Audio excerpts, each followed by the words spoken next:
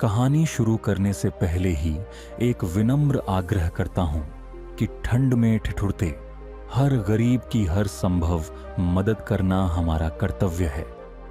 इस तेज ठंड में गरीबों को राशन, गर्म वस्त्र और दवा आदि और डॉक्टर की सहायता पहुंचाकर उनकी मदद करें। सर्दियों की एक कड़कड़ाती रात थी। गांव की गलियों में तेज ठंडी हवा चल रही थी।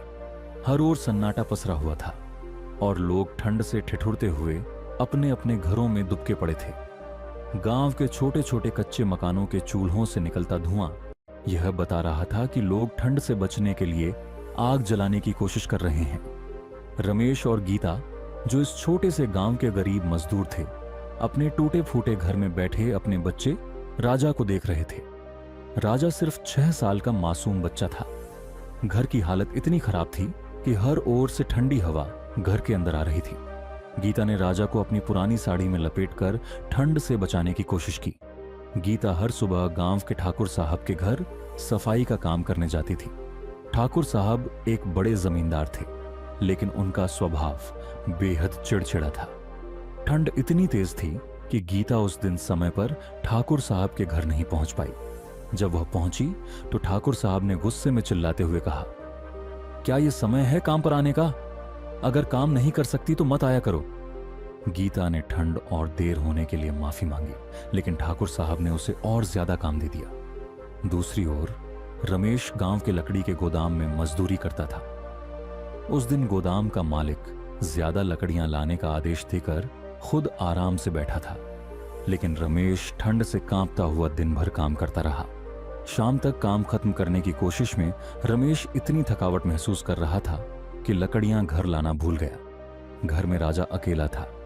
घर की हालत इतनी खराब थी कि दीवारें ठंड रोकने में नाकाम थीं। राजा ठंड में कांपते कांपते बीमार पड़ गया। जब गीता और रमेश काम से घर लौटे तो राजा को तेज बुखार में तपते देखा। गीता ने फौरन घर में रखी लकड़ियां चूल्हे में डाल दीं, लेकिन लकड़ियां इतनी कम थीं कि थोड़ी ही देर में जलकर खत्म हो गईं। गीता ने रमेश से कहा, कहीं से भी लकड़ियां लेकर आओ, राजा इस ठंड में नहीं बचेगा। रमेश ने ठंड और थकावट के बावजूद लकड़ियां लाने की कोशिश की, लेकिन लकड़ियां इकट्ठा करने में देर हो गई। इसी बीच राजा ने ठंड की वजह से दम तोड़ दिया। रमेश और गीता के लिए यह आघात असहनीय था। गीता राजा को सीने से लगाकर पूरी रात रोती रही। ठंड इतनी ज्यादा थी कि गीता भी उस रात राजा के पास ठंड से मर गई। अगली सुबह रमेश को भी ठंड में जमे हुए पाया गया। गांव की गलियों में जब यह खबर फैली तो हर घर में मातम छा गया। गांव वाले रमेश और गीता के टूटे घर के बाहर इकट्ठा हुए। हर कोई इस त्रासदी से दुखी था।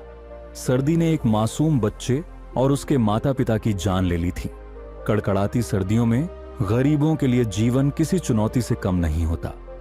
उनकी परेशानियां हम जैसे लोगों की कल्पना से परे हैं। ऐसी ही एक कहानी रमेश, गीता और उनके बेटे राजा की है, जो सर्दी की मार से अपना जीवन खो बैठे।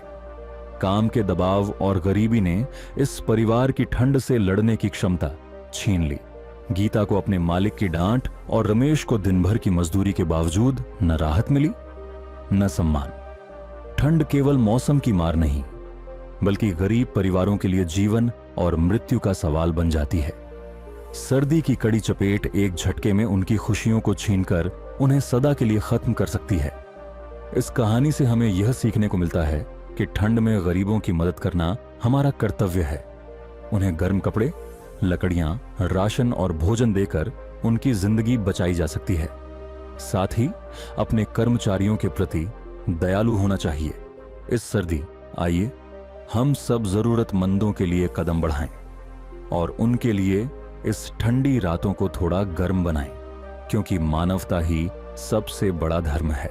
अगर आपको लगा कि यह कहानी का संदेश बहुत जरूरी है और इसे हर व्यक्ति तक यह संदेश पहुंचना चाहिए, ताकि लोग ठंड के दिनों में गरीबों की मदद करने के लिए प्रेरित हों, तो इसे ज्यादा से ज्यादा शेयर करें। आपकी छोटी सी कोशिश किसी की जिंदगी बदल सकती है।